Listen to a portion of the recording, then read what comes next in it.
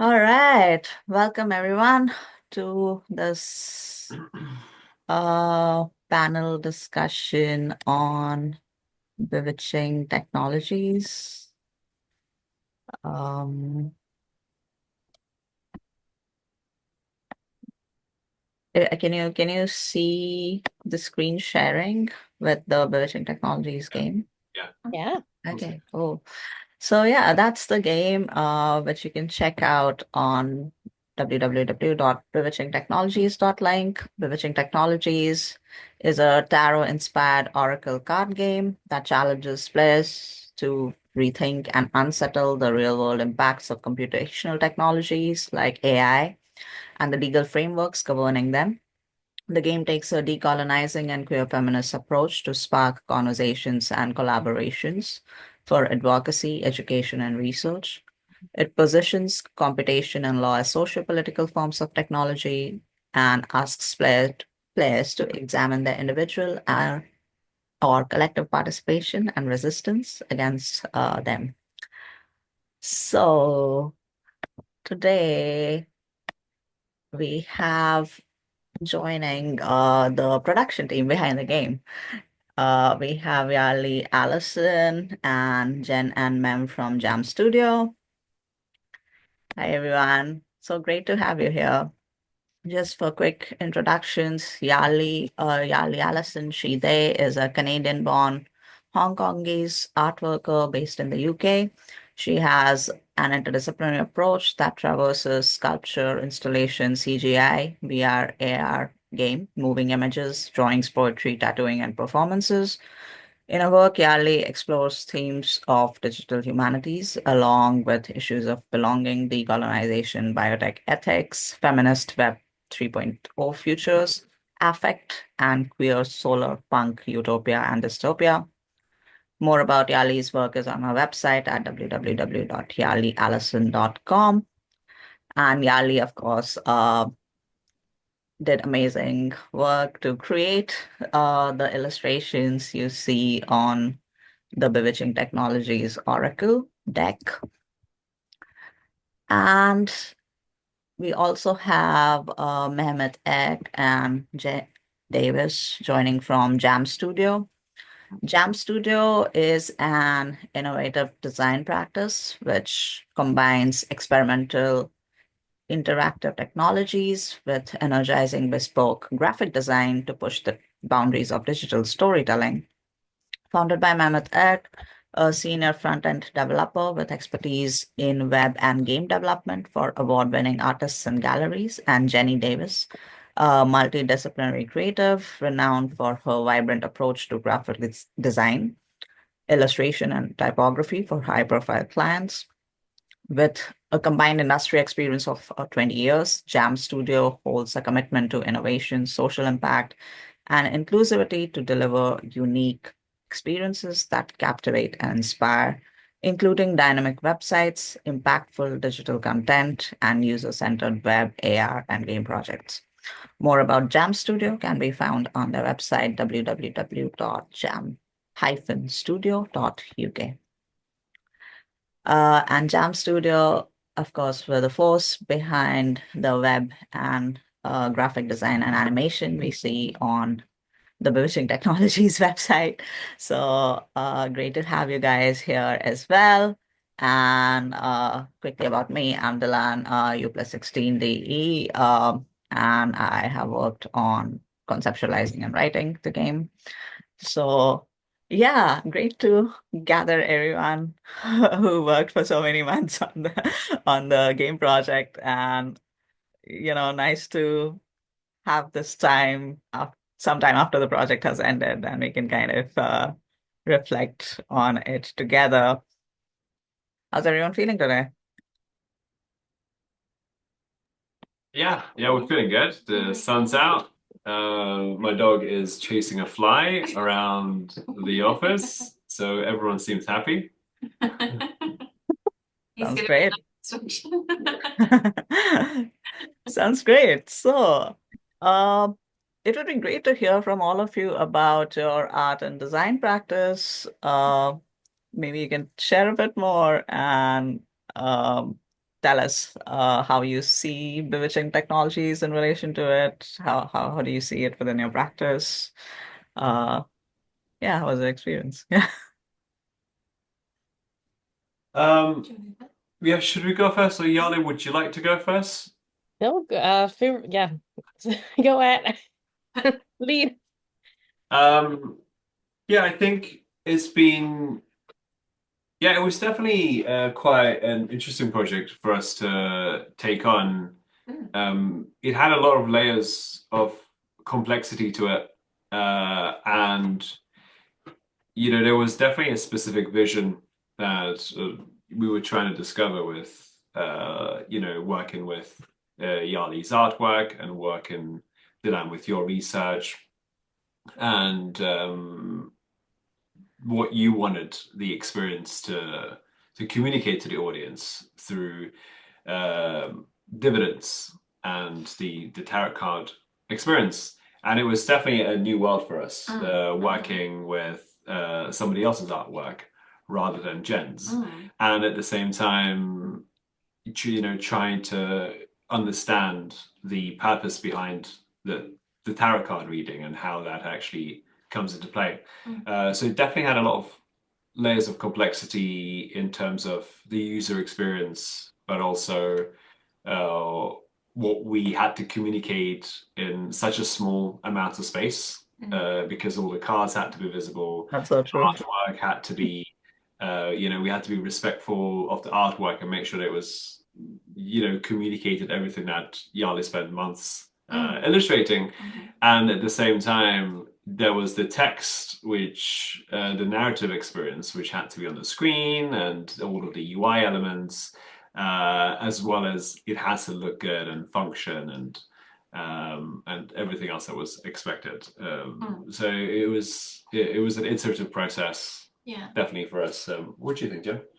I think it felt like the work that we were doing was kind of like the sort of background holding up other people's work. So in that sense, it felt extremely important. And like Mem said, like I'm an illustrator myself, so I'm normally I'm very aware of the importance of someone's artwork being presented, and I really wanted to make sure that both, yeah, the artwork and the sort of the story itself, the narrative was, our work definitely was in the background of it. It was a beautiful experience that you could move through, but we weren't the main characters, you know.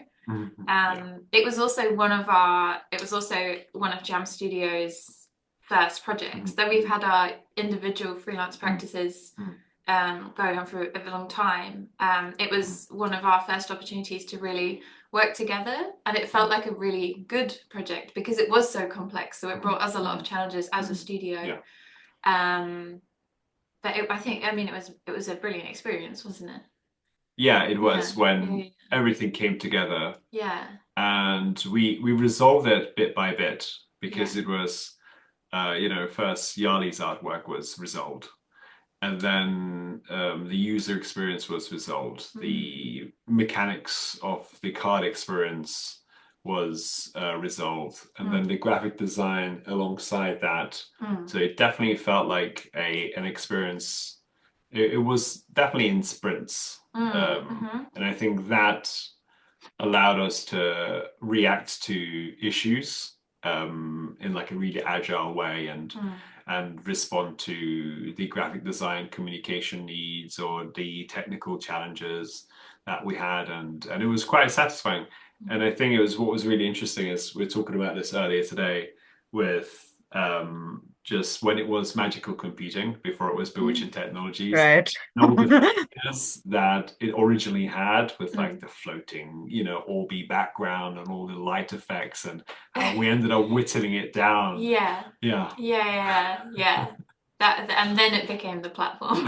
Yeah, Yeah. yeah, But I think also yeah, yeah. the narrative itself was an interesting one to be working with because a lot of my digital work is kind of very based in tactile materials and textures and nature.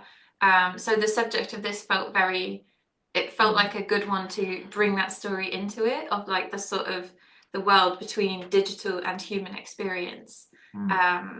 And I'm really pleased with sort of particularly the color palette with this. I think like the Studio Ghibli inspired scene that we had all looked at and thought, yes, this, the light coming through the trees, that sort of like really bright green, like a really nice background to present this beautiful artwork. Like, yeah, it was one I enjoyed quite a lot actually. Yeah.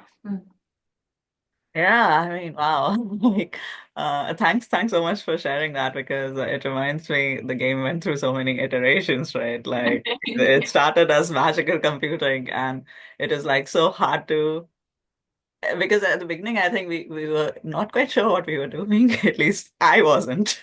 And uh it is hard to communicate what what was needed on the website in a way, and there was quite a few rounds of back and forth and different kinds of, I mean, you guys presented a lot of options for us to choose from, and that was like really helpful to ground us more. Yeah. How about you, Yali? How was your experience?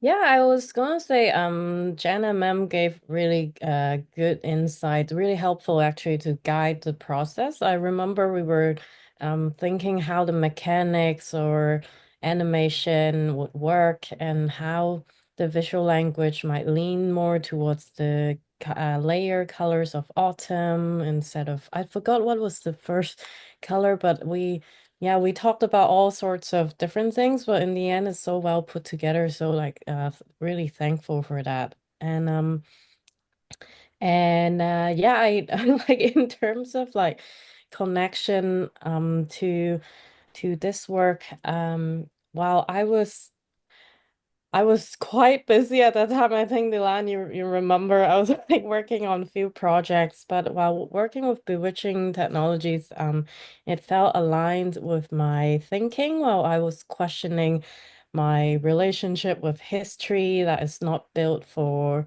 or not built by us. We're always in the kind of in the position of justifying our stuff. Like for example, my research, recent research, is to make a sci-fi work that combines queer feminism thinking, imagining the future, how healing would be. So I was thinking about decolonizing the Western medicine, modern medicine, but also thinking how to interconnect everything.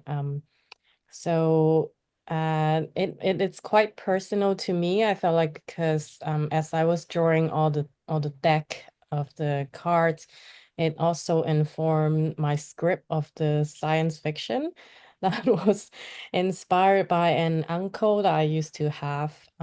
He ditched his gynecology profession and he started to gather all these ancient techniques of healing, just using his hands for bone setting or Heigong or Qigong as diagnostic tool.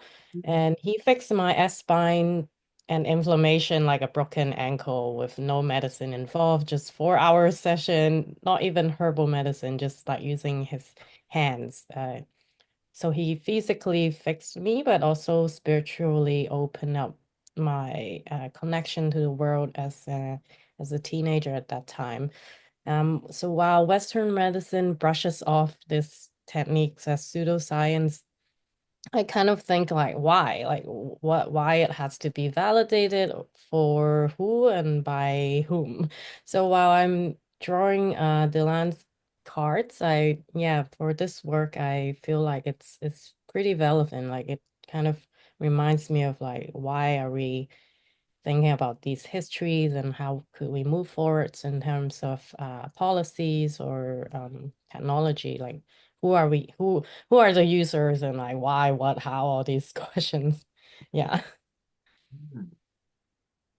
Oh, that's amazing that it also inspired some of your other work. That's so great to hear. Of course, definitely. And what do you guys think about the game aspects of it? Like, because it was a game. I think for me, I worked on games before, but this was like a real game I was working on for the first time writing it, and also working in a team. for the first time to make a game. So I'm also curious, like how was your experience? How do you relate to games? Was that an important part of you while working on this project, like the game aspect of Bewitching Technologies? I think absolutely. Like we drew a lot of inspiration from like the shuffling of the solitaire game, looking back at like Windows 98 and how, although the technology was quite limited at the time, how much they achieved purely through the animation, especially once you're completed a solitaire, how the shuffling would just kind of like trail on the screen and take over. So that was definitely a huge experience. And we looked at a lot of card games, digital card games, and how they laid out and how they resolved the issue of having a lot of cards on the screen. So we definitely explored a lot of layouts in terms of making sure that it was really clear to communicate. Like, how do we? It's a 2D game, so how can we show that the cards are stacked? Well, we can have it a little bit of a skew, so each card sits diagonal to each other to represent it in 2 dimensions. And when the cards are being displayed, well, we need to make sure that you can see that it's coming from the deck, and when does it flip over, and all these nuances in animation, I think, were quite crucial. But also the complexity, because it's a web game, different screen sizes. And Dylan, you know that we spent a long time Yeah. making sure that all the different screen dimensions and everything fitted on the screen. So that definitely was an additional layer of complexity that web games particularly have, or browser first games particularly have. When if you're creating, for a specific console, then you can assume that it's going to be either on a TV with a certain fixed aspect ratio, or on like a switch, the screen of a switch, or the screen of a mobile device. So you can be portrait. But here the game could be on an iPad landscape, on a really large screen, on your desktop, or on a laptop, which might have more of a squarish aspect ratio. So I think all of those things definitely brought a layer of complexity on top of it being a functional game that is easy to follow and the animations are engaging. So so it was definitely quite a challenge to resolve. Yeah. I think also looking at a lot of the sort of like the card games, like there's a lot of nostalgia in those card games. Like I think a lot of a lot of my time was spent on the family computer downstairs playing those card games. So that was where the sort of part of the visual identity of it, like the pixel art, came into it, because I was like, these 2D card games where you've got these, you still have the really fun animations that bring a sense of 3D to it, but ultimately it's 2D things going on. We're definitely leaning into an era of digital inspiration that influenced us growing up. Yeah. Which is almost the sort of time where that a major part of like being online in a way, like came into our lives, like spending time on the computer. Right. That happened at that age. 90s. Yeah, it's actually I'd like just put that together in my head that like that was a thing. I wish that was woven into the whole thing, but maybe it is consciously. But also like just in terms of the experience being a game itself. You've looked a lot into the psychology of games and how playing a game can help you be immersed in an experience or in information, and how it can also deliver that information as part of your sort of like serious games research, isn't it? Yeah, definitely. I think I've left academia behind now, but there was certainly, particularly when we were designing the user experience of the game, and back when we first created the flow diagram of the game experience and the stages to go through, or the journey being linear when it needs to be, and then break out into a non-linear pattern for the narrative experience, and then join back to a linear experience when it was time to choose a pattern and perform a reading. I think all of that definitely came from, teaching user experience and game design when I was a lecturer. And it does feel like kind of like what Yali was saying, which is there is this subconscious uh decision making that happens at some point, at some part of our brain where we pull from all of these things and we're completely unaware of it. You know, Yali talking about like your uh drawing from your experience of spirituality and your family experience and your process of healing and how that's going to come into it. I suppose we also do a similar thing with the things that have influenced us growing up or the things that we've learned here. And I know Jen, you had quite a few moments of, you know, like making it magical and thinking Yeah. about how the typography can be magical and all the things that you pulled from Yeah. your experience as well. Yeah. Yeah. Yeah, definitely. I mean, I think the animation on the game is so amazing. Like it just gives this amazing dynamic feel which we hadn't imagined, I think, before, coming to you guys. And and you're right, like there's a nostalgia about it with Solitaire and Yeah. all the old PC card games, right? Yeah, definitely. And I think personally I did struggle uh with the user journey aspects when we were starting out because in my head it was quite simple because I think I was mostly thinking it from a very physical game kind of perspective where it's much easier to like communicate with other gamers in kind of like shuffle the card, give the card, take back the card, ask them for interpretation. I think what hit me hard was how difficult it was to translate it into a web experience in that like seamless way, which we take for granted in a physical setting. And and yeah, I think we had a lot of back and forth on that one, a lot, and probably probably I annoyed you guys a lot as well. And, but I mean, it was such a collaborative and productive process. I think at the end of the day, that was really remarkable. Yeah, Yeah, it did remind me of very nostalgic gameplay when I used to, oh my God, like this is such a millennial thing, but like I don't know if it's universal, but we play like Yahoo. Those games are in MSN. Oh God, this I sound Right. like Yeah. so ancient. But those 2D games are really fun to play with friends.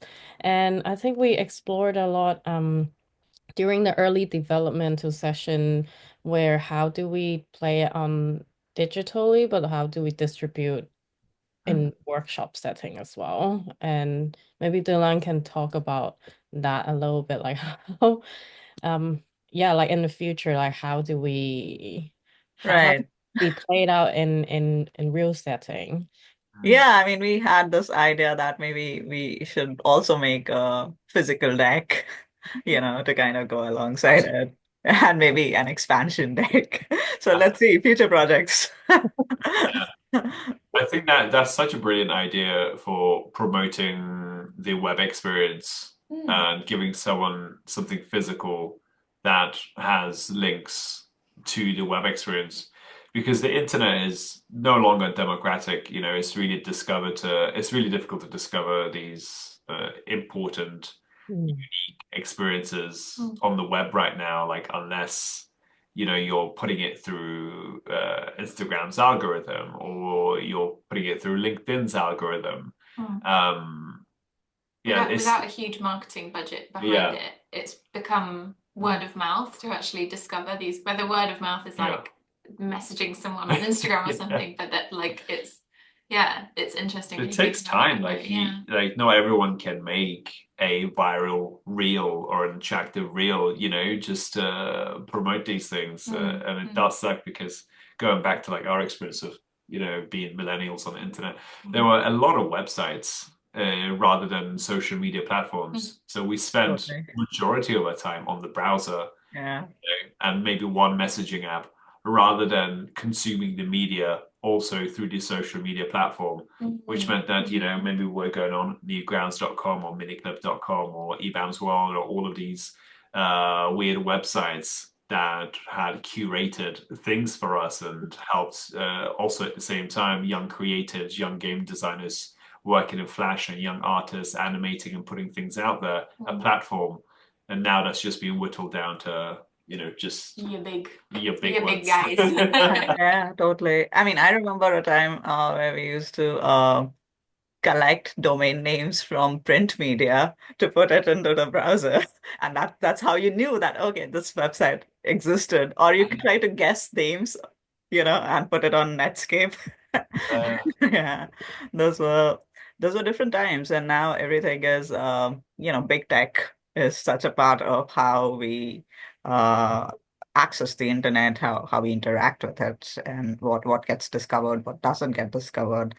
And in many ways, that's what this game is about as well, right? Like it's the themes of technology and justice in an unjust world. So, yeah, what did you think about that? Like, how do you think, like in your opinion, experience, how do you think bewitching technology's response to issues of justice, technology, power today? Like, how is it addressing some of this or disrupting some of this?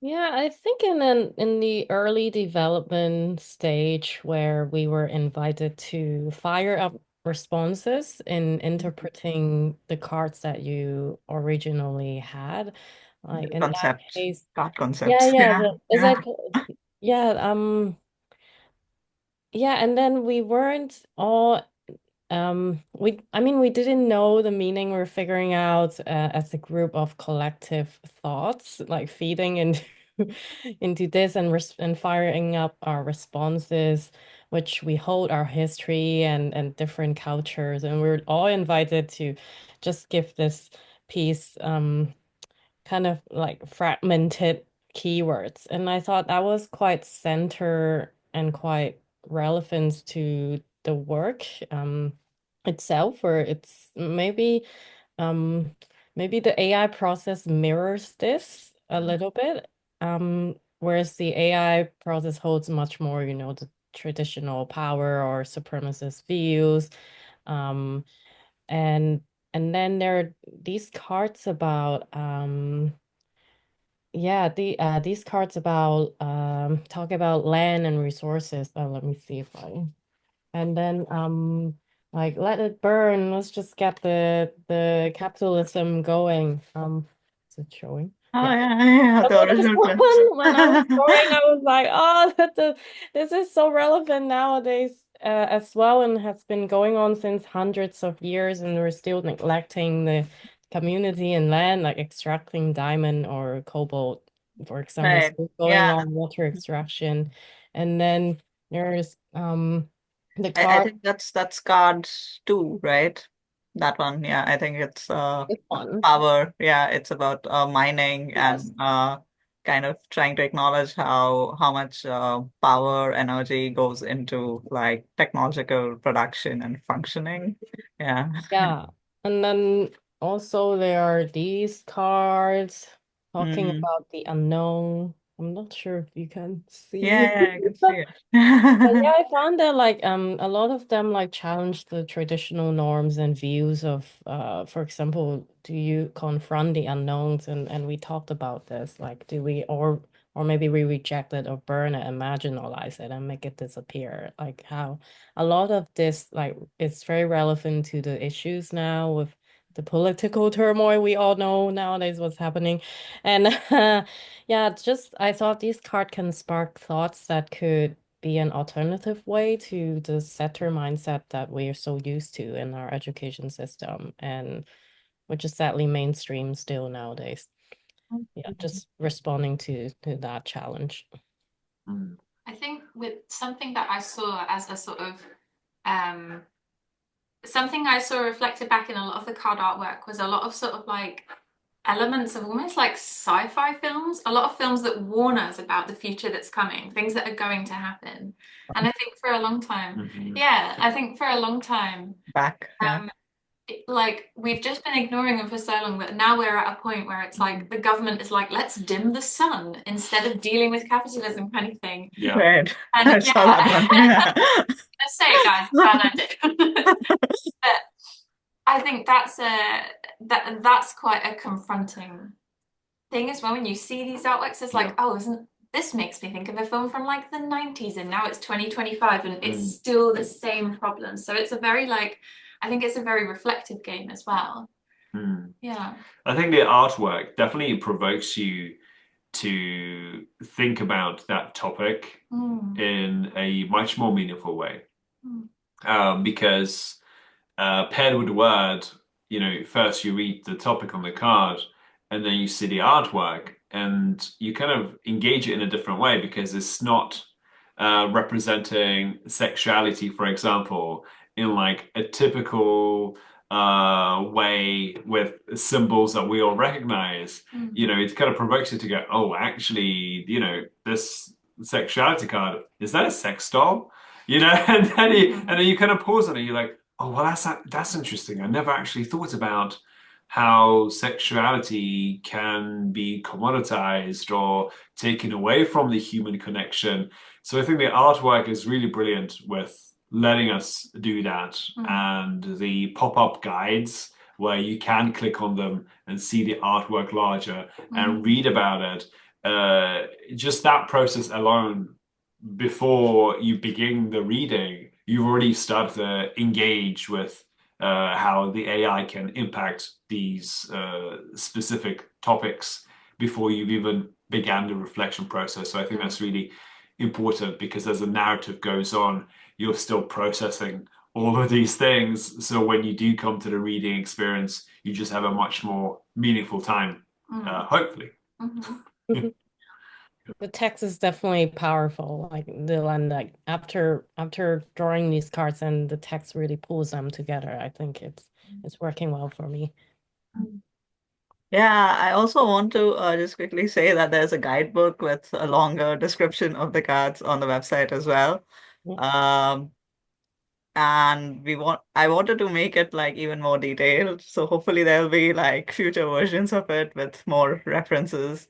But yeah, hopefully that also gives some context, and definitely the artwork you did, Yali, really helped like translate so much of what like I was trying to put in there. And also it's sometimes like we think these are future catastrophes, but or we used to think these are future catastrophes, but they were already happening in other parts of the world. So it's also like what is hidden, what gets revealed, what media tells us and what it doesn't tell us, in terms of what how much labor and capital and environmental destruction lies in the production of and the operation of digital technologies, and how law also enables it in many ways. So hopefully the game can allow for reflections on these aspects as well. And that was the hope. And another key part of the game, of course, is like the shuffling mechanism, right? And the moving around, and the concept that there are random cards thrown out and you have to interpret them much like Yeah. tarot reading, right? Except it's kind of drawn into a narrative line with a larger thing, and this is the magical approach. We call it the magical approach of donatory play. So, what did you think about that? Like this kind of like tarot kind of approach. Yeah, I'd be curious to see your reactions. I think it's an incredible something I find impressive with the whole experience is just how much information, how much of your research through the tarot, like the tarot game allowed you to put so much, and you could spend hours on this website just reading everything because the tarot game has allowed all of these bits of information to be in almost like you're not just reading text and text and text, it's lots of little bits, and it's become Yeah. because of the whole mechanism of it pulls you in. It brings a lot of curiosity within the game because you can flip the card, you can discover things, you can click to another thing and read that. So I think that the tarot approach was really, it was a really unique and quite a brilliant approach actually to research. Absolutely. I think yeah, I completely agree. And the narrative element, just and the guidance that you get through it, but also given the players agency on the type of experience they want to have, just allows your audience to have ownership on how they absorb the media. So they can take the narrative route, or they can actually go straight to the reading and like go through the guidebooks at their own pace. I think that's really significant with just like letting people learn at their own pace, and the fact that they can come back to it at any point, and the fact that they can do a group reading and do it with their friends. It's so versatile. It's obviously I think it's great. Yeah. And I think the group reading part as well is a brilliant way to if one person shared it with another and then that person had a nice time and then they were like, I can do this with my friends, and then they'll share it, and then it becomes something that can become like have a bit of like a, you know, easier to spread by word of mouth because you can have a group experience or a single experience through it. Yeah. It kind of reminds me of the palm reading or the reading, fortune telling. It's taught by like my uncle, the same uncle taught me palm reading, and then I would use this knowledge and intuition to tell the other person. And then they would tell their friends, oh, I can read this too. And so you learn from the lineage of people, and it's kind of the similar thing of this definition play.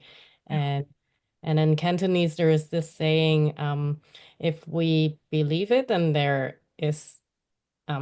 it exists. Like if we don't believe in it, then there won't be any problems. Like if you believe in ghosts, you believe you saw it, then there is the ghost. But if you don't believe in that, then there's nothing. So this is kind of similar to the challenge of the traditional norm. I feel like if you like, how does it impact what you believe in, and how does it twist that trust? Yeah, wow. What you're saying, Ali, actually reminds me of one of the cards in the game, which was Fates, the card zero. And I was thinking about like, and I think this was also like a big motivation in making the game like this, was what do we believe in, really? Like when we are saying we believe in technology or we believe in law versus do we believe in magic, right? Like, and why are some beliefs more real or true, like the belief in capitalism, the belief in, more and more complex technologies, irrespective of how they destroy the environment or not. Why is that more real than, say, believing in working with um, land spirits or inhuman agencies, which kind of we propose process these randomization processes.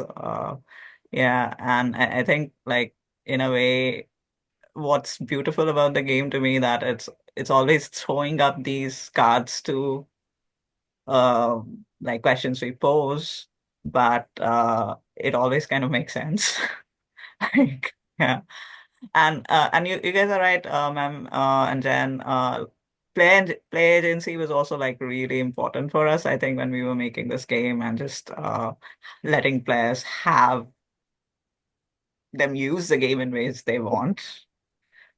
Because I don't think even we can kind of foresee in all the ways the game can be used or shall be used. So I think like it's very exciting to see what happens now that it's out in the world, and how people are using it in different ways. Uh yeah. What a journey it has been with this game. It is nice to reflect because Yeah. it was a long process, wasn't it? And Yeah. it's Yeah, nice to I have also that feel start. Yeah, we compressed so much work in such a short amount of time that we didn't really have a lot of time to kind of reflect. Like we did those calculations like immediately, but we didn't have this time to talk and unwind with it. So it's really cool.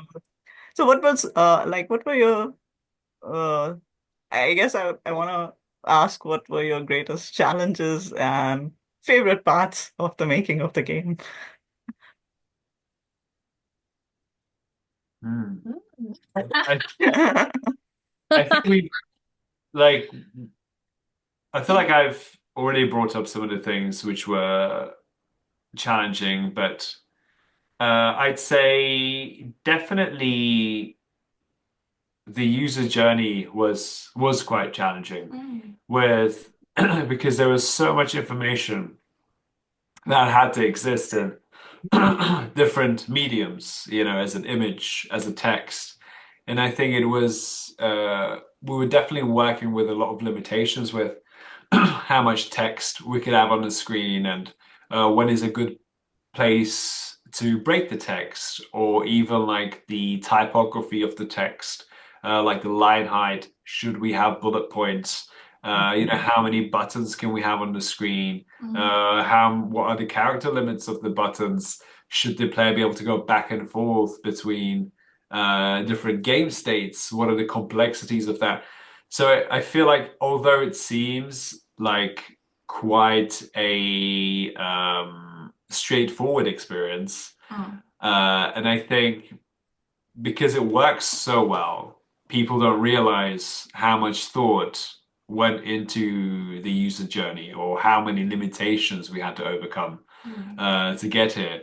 And I guess that is like the sign of a really good product, because if it works well, people don't realize all the Yeah, hard true. work put into it. But Yeah. as soon as something's wrong with it, people are quick to point it out. Um, yeah, so hopefully it stands the test of time, because who knows what's going to happen with the future of the internet, or I mean, the Yeah. browsers remain the same. So I'm hoping that the legacy of Bewitching Technologies is that it will be there for many, many years. Yeah. Yeah. I think one of the things you touched on with like just visually how much information can one person take in a space, and I think there's always a point when building like a web-based experience or even just a website as a creative studio working with people to because we understand the rules of like, oh, this is how much information a person can take in at once. It's sort of, this is the way that the eye tracks the page. So we have those rules in our head already, so we design around those rules. And then there comes a point when it's like, oh, we've put this here, we've put this there, and then, oh, can we add more things onto this page? Working out how to slot everything in so that someone does have this really clean experience. And like with the gamification part of it, I think there's 5 or 6 icons. Is it 5 icons? I think it's 5 icons. You've got the book, the heart, Yeah. the The resources and facilities. So you've got, and then the shuffle. I think it's four. At the end, we pared it down to four because it was too I much. remember there was a point where we had a huge list of icons going down the side. And it was like, oh, we'll burger menu those, but even that came into the sort of like, there was a point where between what we understood the experience to be, which was we understood it was purely a game experience, and that stumbling bit in the middle where it was like, oh, it's not fully a game experience. It was more about like it was more, what was it at the time? It was gamified to a certain point, but because you can't lose, it's not necessarily a game in the traditional sense. Yeah. The game is the vehicle. The art and the research is the thing. I think we were entrenched in the game bit of it, and then it was like, oh, we need to we need to pull it back. It was definitely a fine balance of having enough like expected design tropes of the iconography at the side and the shuffle button and like the gamified elements of what the user knows in their psyche of just absorbing this media for many, many decades, Yeah. balanced with providing them something unique Yeah. by bringing this tarot card experience into it. So it definitely was like a blend of like a physical experience, Yeah. digital experience, and like when is like treading that line, which I'm sure Yali, you had to do probably a similar thing with the visuals that you were creating, right? It's like what new things can I bring in? Where am I going to introduce something new, and where am I going to lean into something that everyone's familiar with? Yeah. Yeah. I thought that was the challenging process. Maybe not bringing something new, but maybe I'm not sure. Like my memory is very vague now, but I remember I had to, or I felt obligated that I wanted to bring in people's fired response in the early stage, and then um filter out or picking what is mergeable and what is not relevant that much, but it's hard to have a hierarchy. So I remember that was a challenge to pick out the elements to construct one visual image, and I felt like I was the AI at that time to The to human AI. yeah so yeah, I didn't know what I was doing, but then like I'm glad it turned out okay. And it was a lot of information as you also stated, because the research is so rich and so important that I just felt like I want to capture the essence. And so I was just really happy now that there's a guidebook that and the text really puzzled things together and it's very constructive. So I think the favorite part is to imagine how people can really bring into play in workshops or events or like like I can already imagine how it will work. Like it would really benefit communities to think about all these questions. Yeah, so I'm excited about it. Yeah, do you want to say more about that? Where do you see this being played? Where have you played it already? Yeah. Not in real life. I was alone clicking. But yeah, really will start proposing to universities or workshop screenings and such. I think it's very relevant. I share it with people all the time. I think, yeah, I share it with a lot of, whether it's a new client that's interested in exploring games and web, or whether it's a mate or someone that's in research. I think like I've done similar projects to this before working with researchers, and the success is really dependent on the researcher's ability to kind of meet you halfway. With not just dumping the research on your shoulders and be like, hey, I want a game about this, make it work. And you have to sift through the research and you realize that there's extra research you need to do to fill in the gaps. But it's, if someone comes to you and say, hey, we want a game about this, and I want it to be a tarot card experience, then you're like, okay, that's excellent. Now there's a context that we can build around, and there's like a platform, and there's already a level of or rules of interaction around this thing that we can weave in. So I feel like this is an excellent case study of how to successfully do something like this in a short amount of time. Very short amount of time. Yeah, I Yeah. mean, I think we barely had 6 months, right? Even less, What less. is Yeah. time? Um, Yeah. yeah, and I also want to say that there are play resources available along with the game. So anyone looking to play this game anywhere has like help with the play resources, how to use it in workshops, conferences, festivals, and so on. Uh, you can download the free resources on the website as well, and I'll add a link in the description when this video is uploaded. Um, yeah, and I think it helped a lot as well to have uh, all the all your inputs on what was obvious about the game, what was not so obvious, what we needed to kind of give people context about why you should play the game or how you should play the game. That was really, really important because as a writer, I can tend to get into my head and to kind of like know how other people are saying it. And I think for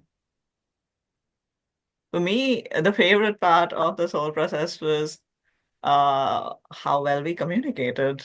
Like I think with all of you, it's been such a dream team working for this project because we were always there was so much like back and forth communication all the time, and we were it was very organic and dynamic, and we I don't think this would have been possible if we were not doing that. Yeah, Absolutely. yeah. I think something I really enjoyed was the sort of the level of respect everyone had for like their part of this project. Like I never felt like in terms of the design choices I was making, obviously there were design changes to be made where it was like, oh, like I think when we started, I was on the route of like because it was a tarot game, because it was speaking of like what we know and what we lean on, because it was a tarot game, in my head I was like, oh, like velvet, rich, red, like a candle. And then having that conversation where it's like, no, it's not, it's not quite that. But I never felt like my design choices were, I didn't feel like anyone was being like, design wise, that's bad. It was more just like, oh, communication wise, the information we're trying to say or the experience we're trying to build is this. I think everyone had a great deal of respect for what we all of our knowledge, what we were doing. Like, yeah. I think and everyone has a lot of knowledge, so it was a good experience in terms of like getting to experience that and being able to see how much care everyone had in their work. Like it was very motivational actually. Yeah. Yeah, definitely. Like I think we all like got invested into the project, and that was amazing. And I remember Jen, because we changed the name of the game, right, from Magical Computing to Bewitching Technologies, and then you had to redo the logo, and you were so nice about it. You were amazing. Yeah. Yeah, but I think even in that point, it was like coming to understand from each side what, like, whenever I'm doing design work, whether it's something really simple like a booklet or something much more complex like this, a really important part for me is to understand like where the person is coming from when they're asking, can we change this thing? Because then I can do more informed design, and maybe my creative mind can come up with more solutions than like the obvious or something. So I think that was an interesting point. Yeah. And also just layout wise, it was like, oh, Bewitching Technologies is much longer than Magical Computing. I like bringing that into like the things that it brought. But yeah, I think that like, there's going to be challenges along the way of any sort of any long-term project. Because the project was play tested through your groups so regularly, I think any disagreements we might have had will resolved through the player test group, because you'd immediately come back and say, actually, this and this worked and this didn't. And we couldn't disagree with that. Very evidence-based work. It was quite a scientific process. So yeah. Academia research process. Yeah. Yeah, no, but every time a playtesting happened, we had to go back and change things, and it was like, oh no, I thought this would work, but it definitely did not work. Yeah, it's interesting dealing with what assumed knowledge everyone has. I mean, even when it just comes down to like the iconography, I find iconography on its own such an interesting thing. I do quite a lot of it, but it's like leaning into just like like. Just, there's a theory that I can't remember what it's called, but it's something where it's like you think of a chair and everyone has one image of a type of chair in their head, but that's different across every different person because it depends what chair they know. Yeah. Like mine is a sort of like red plastic chair that you sat on at nursery, but someone else's will be different. Oh. So when it comes to icons, even designing an icon that someone will look at, be like, oh, I know the vibe of that icon. Maybe that icon means community, or oh, that icon is a little book. That's going to give me some information. Yeah, there was so many little things like that that came into this. Yeah. That's amazing. All right, guys. Thanks for this time. This has been so great, coming back together and reflecting on this. Yeah, I hope we keep talking and keep sharing about bewitching technologies. If you're watching, please keep sharing too. And go have a play. The link will be in the description below, www.bewitchingtechnologies.link. And let us know how you liked it. All right, bye. Yeah.